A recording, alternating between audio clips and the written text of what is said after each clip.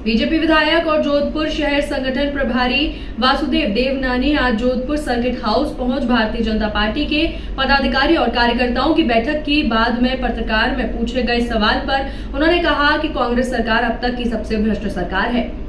RPSC के paper leak मामले में अगर ईडी कार्यवाही करती है तो इसके लिए मुख्यमंत्री अशोक गहलोत के पेट में दर्द क्यों हो रहा है, ये कहना है कि बीजेपी विधायक वासुदेव देवनानी का। जोधपुर पहुंचे भाजपा विधायक और जोधपुर शहर संगठन प्रभारी वासुदेव देवनानी ने बातचीत में बताया कि सीएम कह रहे हैं कि चुनाव आता है तो ईडी उस राज्य में आती है, लेकिन जिस राज्य में पेपर लीक होता तो वहां कार्यवाही तो होगी ही। यहाँ करोड़ों का लेन देन हुआ है तो ईडी की जाँच होगी, उसी में सच सामने आएगा। देवनानी जोधपुर सर्किट हाउस में भाजपा पदाधिकारियों की बैठक लेने पहुंचे थे।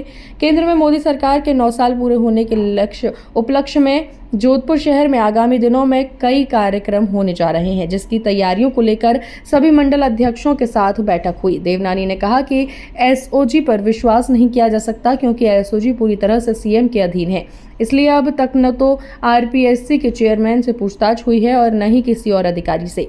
ईडी की जांच से सच सामने आएगा। भारतीय जनता पार्टी इस पूरे महीने में महाजनसंपर्क अभियान चला रही है। इसी कड़ी में भाजपा सभी मोर्चों का संयुक्त सम्मेलन करेगी। देशमुख विधानसभा मंडल पर केंद्र सरकार की योजनाओं को पहुंचाने के लिए कार्यक्रम होंगे। कांग्रेस की अशोक गहलोत सरकार शायद राजस्थान के इतिहास की सबसे बड़ी भ्रष्टतम सरकार है और अब तो ईडी के यहाँ आने के बाद स्पष्ट हो गया, क्योंकि जब ईडी ने, हम पहले कहते थे कि इसमें करोड़ों अरबों रुपए का लेन देन पेपर लीक में हुआ है, तब ये मजाक उड़ाते थे। इन्होंने सर्टिफिकेट दे दिया था, कोई भी अधिकारी और नेता मंत्री इसमें सम्मिलित नहीं है। लेकिन जैसे ईडी ने छापा मारा, उससे गहलोत सरकार के पेट में मरोड़ें उत्पन्न होने लग गई, क्यों इसी से दूध का दूध पानी का पानी होगा, असली अपराधी इसी से आएंगे। एसओजी तो खुद सरकार के अधीन है, तो सरकार कभी भी इसके तार जो ऊपर के मगरमच्छों तक जुड़े हुए हैं वो सामने नहीं आते। और दूसरा भी इंसिडेंट और हो गया पेपर लीक के साथ, जिसमें लाखों बच्चों के जीवन के साथ खिलवाड़ तो हुआ ही, लेकिन आईटी विभाग में 5,000 करोड़ का घोटाला सामने आया है। अब इस मामले गहलोत जी क्या कहेंगे? और फिर एक दावा करते हैं कि साहब मेरे कार्यकाल में सबसे अधिक हमने भ्रष्टाचार के मामले पकड़े, और उसके लिए आपने अभियोजन स्वीकृति कितनों को दी है? आज भी केवल 18 या 19 लोगों की अभियोजन स्वीकृति हुई है। 543 आज भी अभियोजन स्वीकृति बाकी है।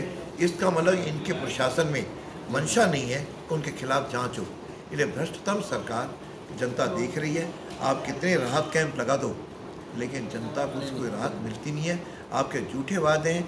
आपने कहा कि हम 500 रुपये में सिलेंडर देंगे, और केंद्र सरकार ने इनको 78 लाख इनको पूरे डेटा उपलब्ध कराया, लेकिन केवल इन्होंने 14 लाख के खाते में ही पैसा भेजा है। बाकी 64 लाख कहाँ गए?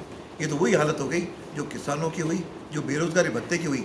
अब 26 लाख बेरोजगार आपके पंजीकृत हैं, और आप केवल 2 लाख को दे करके झूठी वाहवाही लूट करके लोगों को कब तक भ्रमित करोगे? लोग भ्रमित होने वाले नहीं हैं। आपकी सरकार विदा होने वाली है। अब प्रत्येक फ्रंट पर आप फेल हो कि घोषणाओं से जनता के वोट हासिल नहीं किए जा सकते। आप तो केवल कुर्सी बचा रहे हो, और वह कुर्सी पे आपको कोई छीनना चाह रहा है। ये लड़ाई के अंदर हम लोग त्रस्त, आम जन 8 करोड़ लोग त्रस्त हैं। इसलिए आप तैयार हो जाओ, गद्दी खाली करो, जनता आ रही है। अच्छा, मुख्यमंत्री जी का कहना है कि ईडी चुनाव के वक्त ही क्यों याद आती है केंद्र सरकार को, उसी समय जिस राज्य में चुनाव होते हैं ईडी भेज देते हैं, क्या कहना चाहिए? पेपर लीक तो अभी हुए हैं। पेपर लीक पहले हुए होते तो पहले ईडी आ जाती।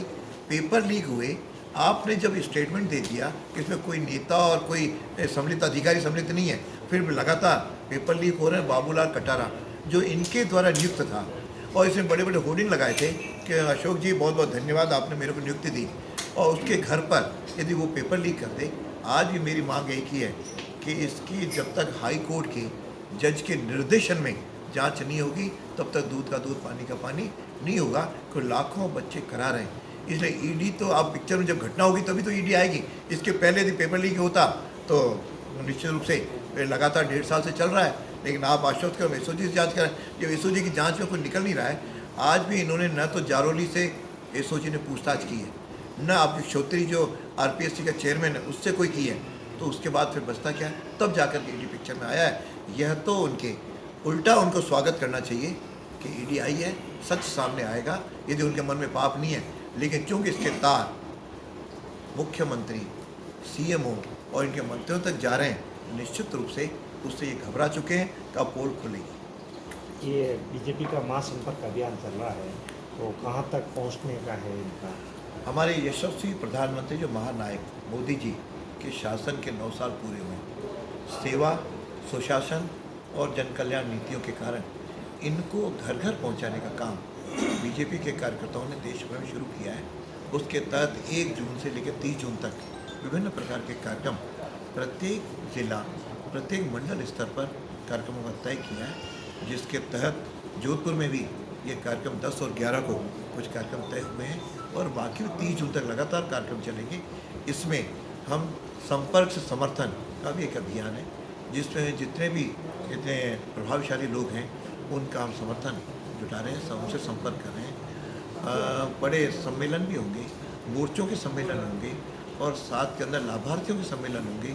योग शिविर 21 जून को योग दिवस था, उसका अंदर योग शिविर भी वार्ड वाइज, कहीं मंडल वाइज कई कार्यक्रम हो रहे हैं। तो मैं समझता हूँ इस तरह से हम प्रत्येक जन तक मोदी जी के सुशासन का संदेश लेकर के जा रहे हैं। एक और सुशासन है, एक और राजस्थान में कुशासन है। अब कंपेयर कीजिए, इस कुशासन से मुक्ति पाने के लिए आइए सुशासन के लिए डबल इंजन की सरकार हम लोग